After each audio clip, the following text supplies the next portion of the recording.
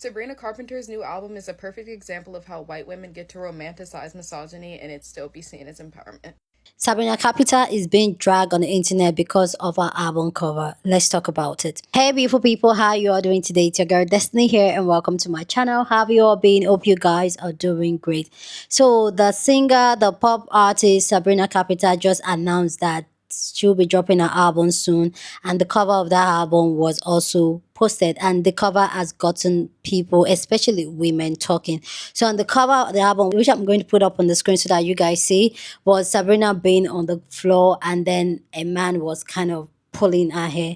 But and also this album is also titled, you guys can see how the position looks like, and the album title is A Man's Best Friend. And we all know what that is. A man's best friend is a dog, and we all know what they call women. Yeah, the B word. And this is why people are not here having it. Some people are saying that, oh, this is women empowerment. Women should be able to do what they want to do with themselves, their body. This is women reclaiming their power. While some women are saying this is degrading, this is a pick me vibe. This is disappointing to a lot of feminists that has made women to be where they are today, that we have a voice. This is a slap on their face. But you guys let me know what you think about this album cover. Do you think it's a degrading album cover, and even the title of the album? And do you think this is a woman empowerment thing? Go down in the comment section, share your thoughts. So let's go check out people's response to this Sabrina Carpenter's album cover, and then we'll come back and talk more. Besties, I'm going to hold your hand when I say this.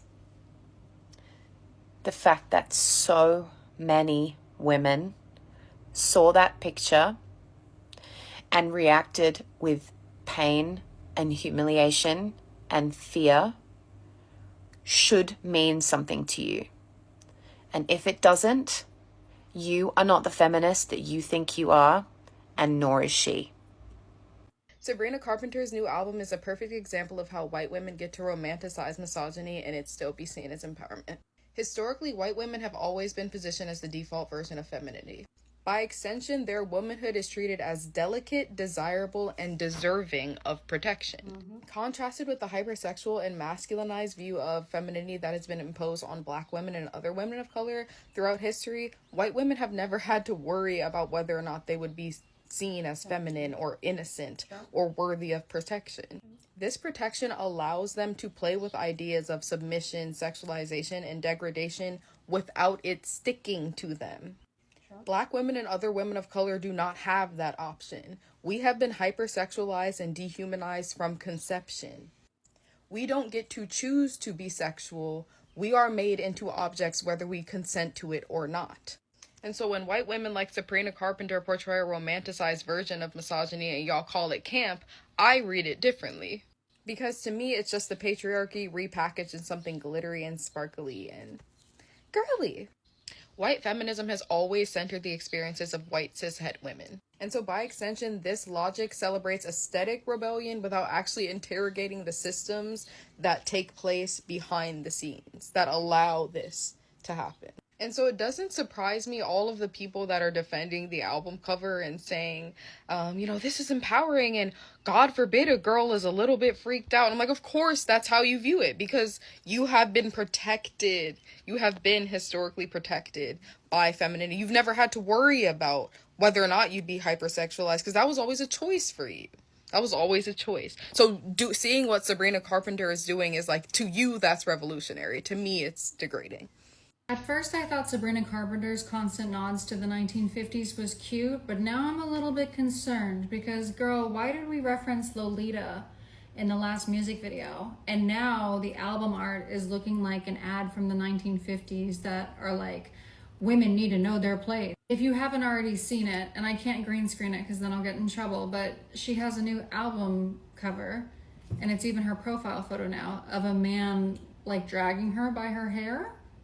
Is that the right way to say it? And then the album, I guess, is called A Man's Best Friend, like in reference to her being a dog. I don't know, guys. Am I not seeing the bigger picture here? I don't get it. I am much more offended by this than I am by, what's her name? Sydney Sweeney selling her bathwater.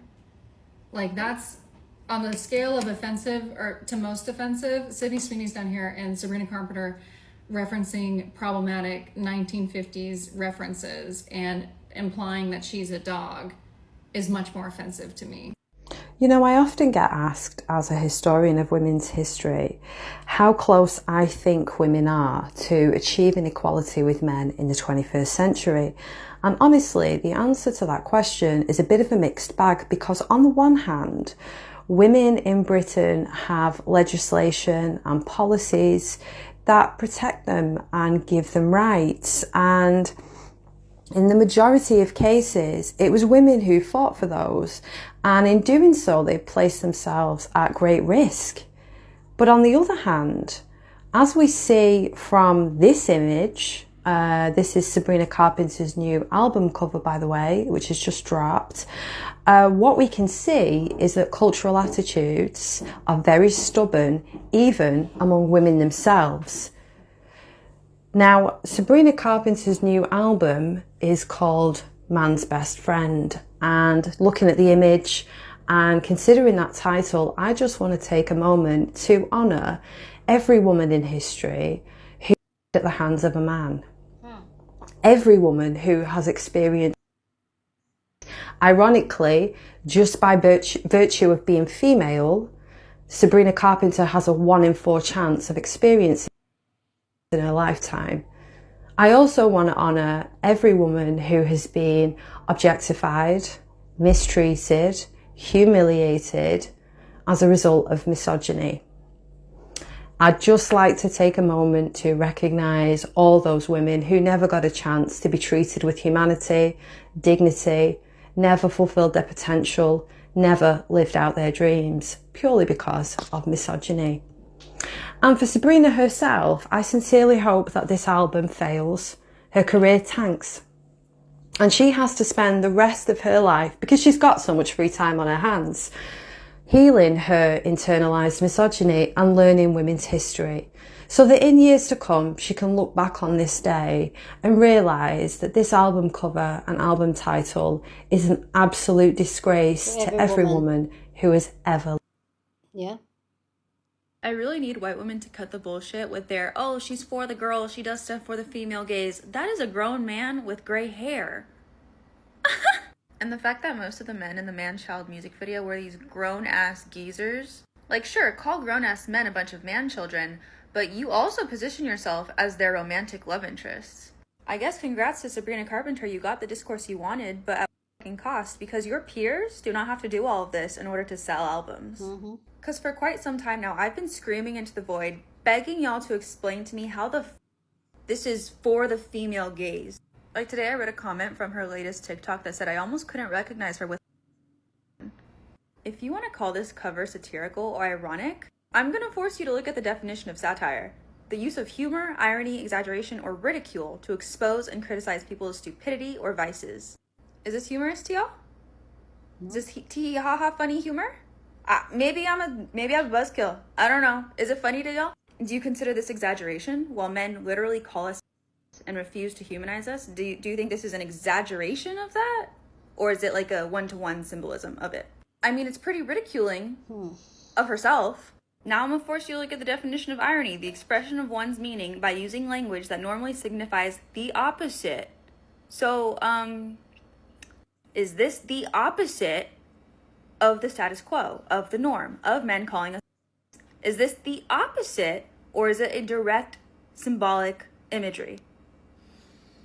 But yeah, someone send me that Substack. I'm very interested. When we're talking about Sabrina Carpenter's new album cover, title, and the new Lolita style music video, it's important to acknowledge that there is a direct tie between internal misogyny and racism. First of all, none of this would have happened or worked if Sabrina Carpenter wasn't white, blonde, blue-eyed, tiny, the figure that men want her to be and women want to be so that men want them. Yeah. Had this been Lizzo, had it been Nicki Minaj, Meg Thee Stallion, Beyonce, Camila Cabello, none of it would have worked. Suddenly, the inner feminism would have came out of your chest and you would have been in the comment section saying how this was degrading. And that's because internal misogyny is tied to racism. If a white man likes it, so do you. Yeah. And I'm not talking purely to white women, though this is mainly to white women. But there are also women of color. There are also all genders, all sexualities of people that are going to be behind this. So if it was a woman of color, the internal white man in you would have rejected that. That wouldn't have been empowering. This is a very Marilyn Monroe versus Eartha Kitt. Marilyn Monroe, to this day, is posters hung in men's garage as this acceptable X symbol. Yeah? Kim Kardashian is trying to embody her. Whereas we have Eartha Kitt, who was something similar and more talented and was put on the CIA's blacklist. The only difference was that Marilyn Monroe existed to be in the male gaze, and Eartha Kitt did it as empowering, and males happened to gaze at her. Do you see the difference?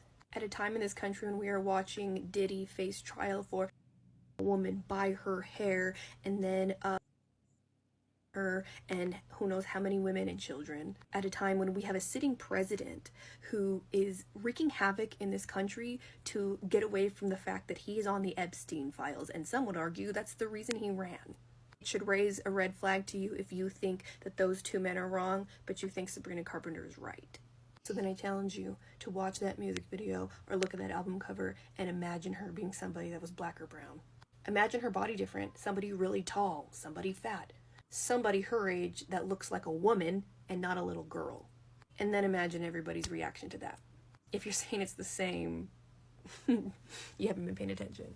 If you find this to be controversial, misogynistic, or offensive to women, then congratulations, you are giving Sabrina the reaction she intended to get. What Sabrina Carpenter is doing is absolutely genius, and it is my belief that this album is not going to be what you expect at all. And she gave us plenty of signs about the story she's trying to tell through this album in the Man-Child music video. What she is doing right now is a genius marketing bait and switch move, and she is intentionally sparking these controversial conversations. The conversation and debate that has sparked in just the few hours since she announced this album, Man's Best Friend, with the photo of her posed like a dog, is doing exactly what she intended it to do. The music video for Man-Child sets the scene for the tale she's going to tell in Man's Best Friend. There's something that you need to pay attention to, is that the music video tells a completely different story than the lyrics of the song. It quite literally contradicts every single word that comes out of her mouth. Right off the bat, we start with this. This is a significant image. It is a bird riding a turtle. This is Sabrina Carpenter and her relationships with men. Why is this significant? Birds can fly.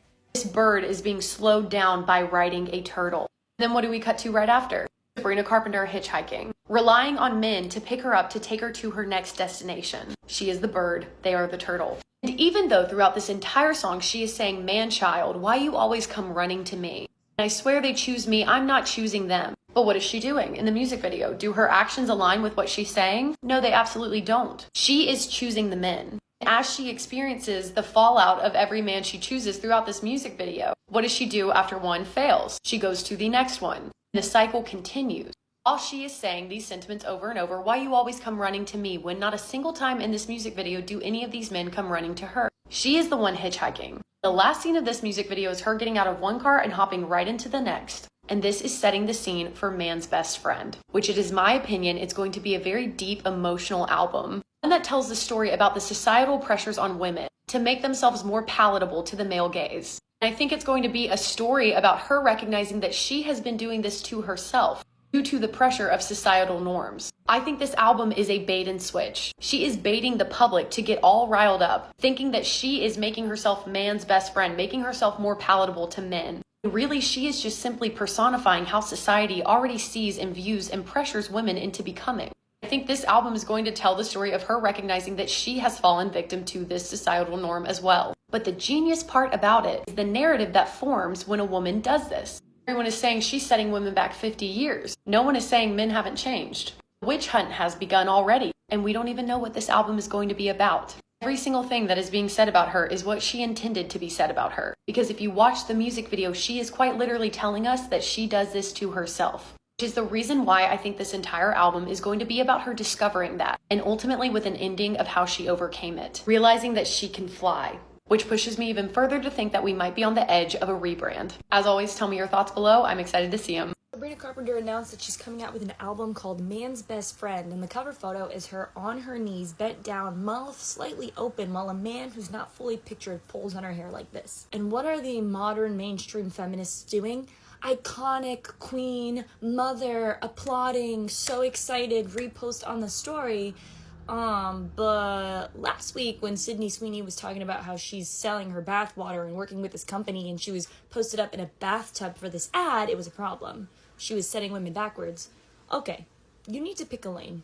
You either need to be completely coherent with your feminist worldview, where you believe that all women should have complete autonomy over their bodies and should be allowed to do what they want with their bodies so long as it's consensual. You need to be logically consistent with the fact that you believe sexual liberation is an amazing form of empowerment to free women from the patriarchy, because you believe that in the past, men have used that to oppress women, to keep them bound, so and so. You either fully align yourself with that idea and that worldview, or you don't.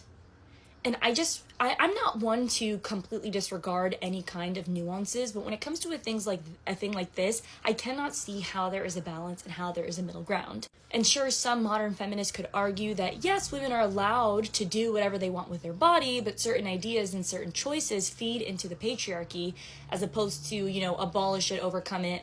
But where's your scale? Where's the line? How do you police that? How do you set the standard for what is empowerment and what is sexual liberation and what is just feeding the patriarchy? Clearly there isn't one, because Sabrina Carpenter is always posted up half naked on her album covers, writing songs constantly about how she pleases men. She does different positions at every single concert that she does, and she's celebrated as an icon. She's doing Lolita-inspired photo shoots, and everybody loves her, and she's the queen of pop. But when a very famous, well-known actress uses her sexual attention that she harbors from the mass media for profit, then it's a problem. And they're both, pretty much the exact same category of women in my mind. They're both famous, obviously in the public sphere. They look fairly similar.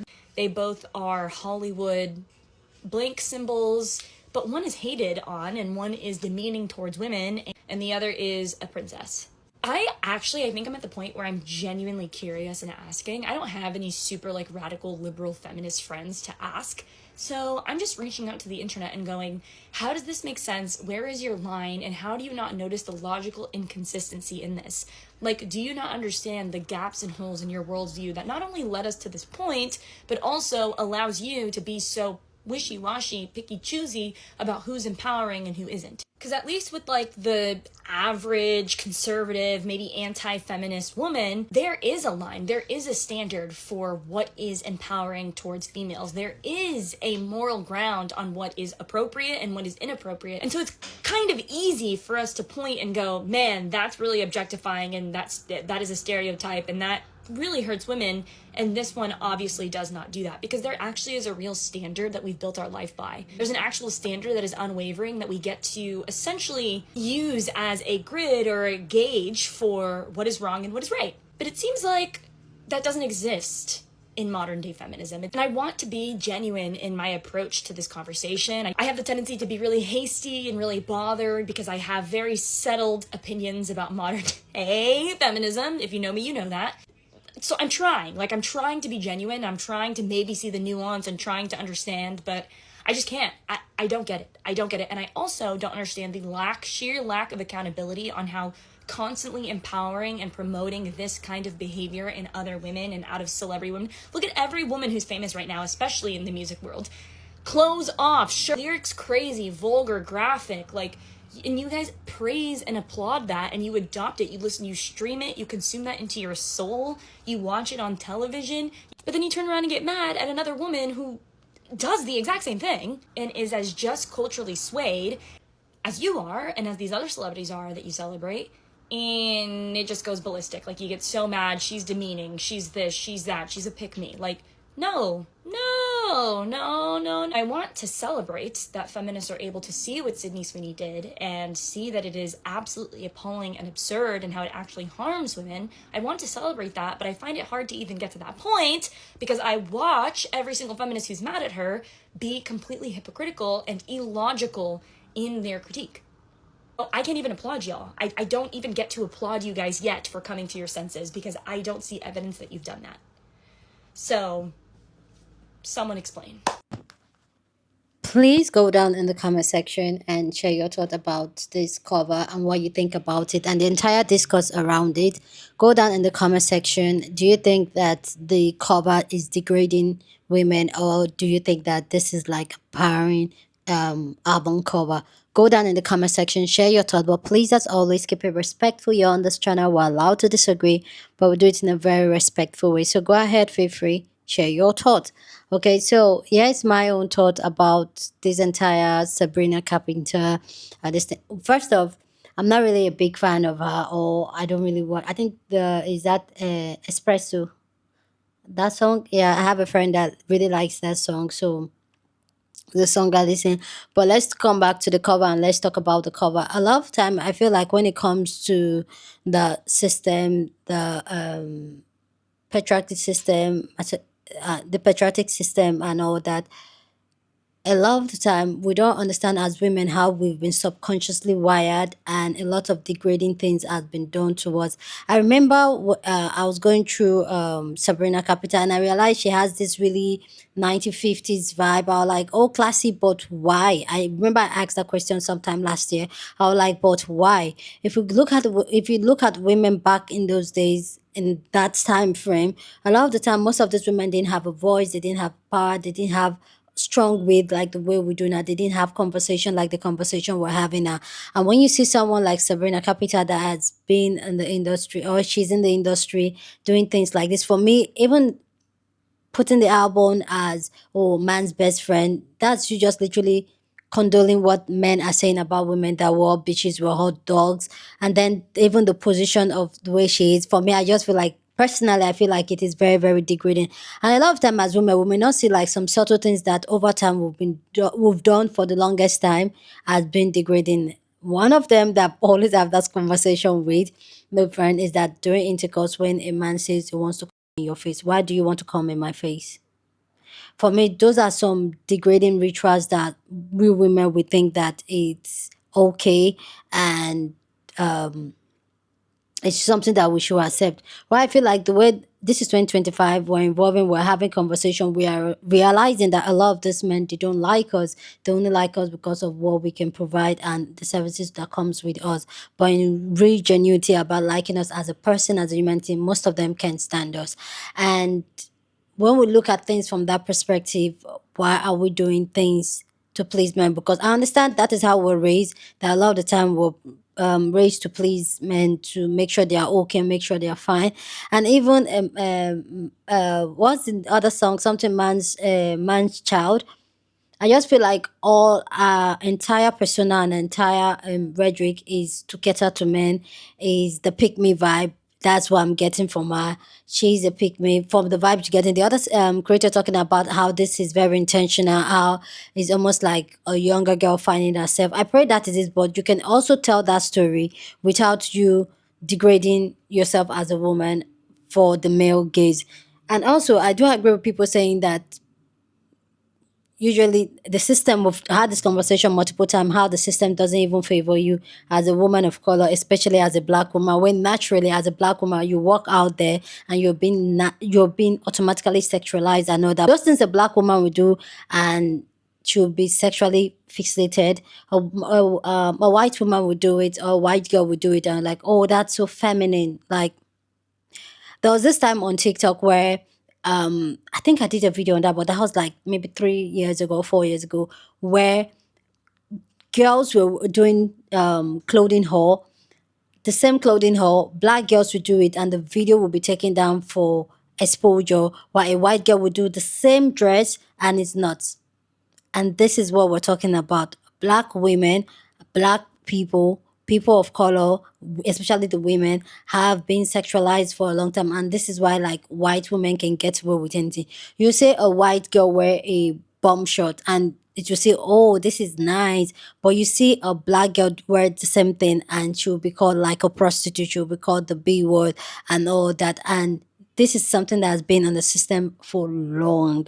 And seeing Sabrina Carpenter feed into that rhetoric, feed into that stereotype, not stereotype, feed into that narrative, for me, it's very heartbroken, especially the time where we're in now, where we as women, we're trying to break free, we're trying to have a voice for ourselves, we're trying to stand up for ourselves, and then we still see women like Sabrina Carpenter take us like 20 steps backward to say, you know what, these men deserve we pleasing them. When these men deserve, we worshiping the ground we walk with. This all we women we deserve the treatment that comes to her. She doesn't understand that where she is today, where she can do what she does today, is because women that fought for feminism did what they did, and that's why she can do what she did. But for me, it's very degrading. And as a woman, I usually like advise people, like, when something doesn't feel right, like, I know some people say, oh, it's a kink, oh, it's being wild. There's just some wild thing that just makes you, and you know yourself when it's happening, that just makes you feel less of a human being, or just feel like, what could be going on here? Anyway, guys, I really need you guys to let me know what you guys think about this conversation. Are we just reaching, or this is just like an incident, this rage? For me personally, this is a real rage for me, because for me, I don't see why that should be. Anyway, guys, go and share your thoughts. Share this video with somebody that you want to be part of the conversation, because that's what we do here. We have banging conversations. So go on and share this video. Don't forget to give this video a thumbs up, smash the like button, because this helps YouTube to push up my content for more people to see, and that'll be you supporting this channel and this guest. So go on and do that. Subscribe if you haven't, and I'll see you guys in my next video. Deuces.